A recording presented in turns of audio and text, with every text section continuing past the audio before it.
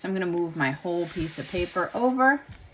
And all I'm doing is focusing on one square at a time. A lot of people try to jump forward a little bit.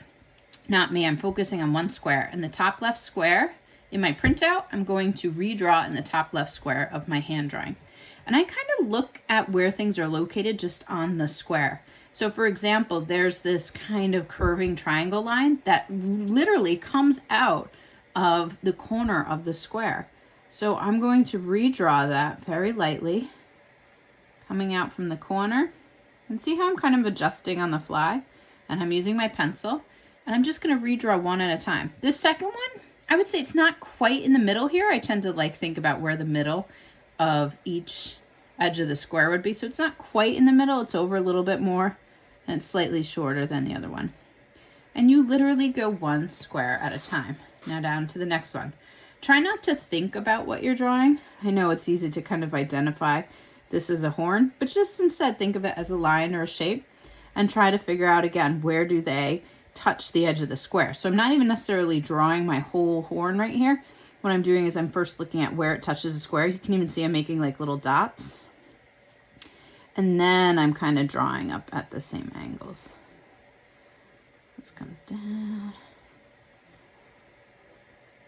And I'm literally going one square, one side at a time. And I'm trying to draw nice and light. It is kind of hard when you're doing the online videos. Many of your teachers know, but I'm trying to draw light in most cases. I'm drawing a little darker than usual today because I want you guys to see it.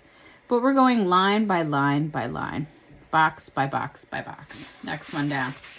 And this is just a really, really cool drawing technique to get you started. And you just keep going. If it gets really complicated, don't worry. You can just simplify a little bit. This is a technique that I like to use to kind of just give me the basic outline to things I'm drawing. Some people use it to really, it's hard to talk and draw for me at the same time, to really do every single little individual line. Kind of depends on your art personality. So don't be too hard on yourself. Also, as you're doing this, just think about discovering what kind of artist you might be. What is your personality like as an artist?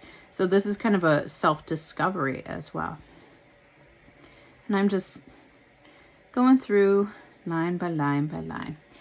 And that's what you want to do for your grid drawing. And this is something that maybe you'll use again in the future.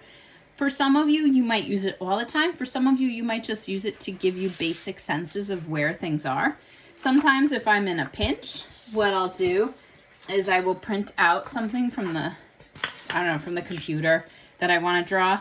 And I get another piece of paper, I make sure the same size, and I just fold them. Even having a grid of 4 squares will help you just figure out how big things are proportionally. We talk about proportion in art for drawing. If you want to do more, I feel like I'm doing like a little origami thing. You could fold it into eighths. This is a little tricky, but we'll try. Again, this isn't like the best thing ever because I'm going to get some folds on my paper, which are really hard to get out. But for things like other projects or just to kind of get an idea out there, I use this. I've also been known to use transparency grids. So that's something else we're going to work with later in the year, hopefully. But there's a lot of different ways to do this. Ideally, once you get really good with the ruler and figuring out what size grids you want to do, you could grid out using a pencil and a ruler on your canvas or your paper to figure out the grids on both, and you would just draw them very lightly with pencil. But this is another great way to just kind of create a really quick grid to transfer. And this might just be something you do to practice. So this might not be a final work of art because I don't want the folds, but if I wanted to practice the grids for sure, I could definitely use this technique and then kind of figure out, all right, where is everything in each individual box.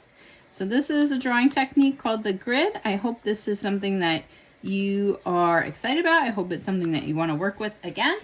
And I can't wait to see what you've created. So I'm going to go back to working on my grid, square by square by square.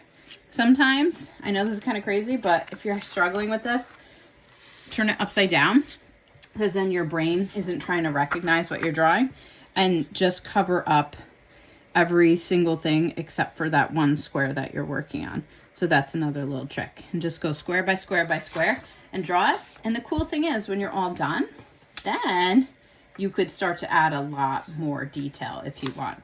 So that's something else that you could do, is add a lot more detail once you are done drawing. So maybe I'll go back in, add some value, add color, and I'll definitely go back in when I'm all done and start to erase my lines. But again, I'm the one having all the fun right now, and it's probably torture watching me draw. So now it's your turn. Get out your drawing supplies and you can get started. Have fun.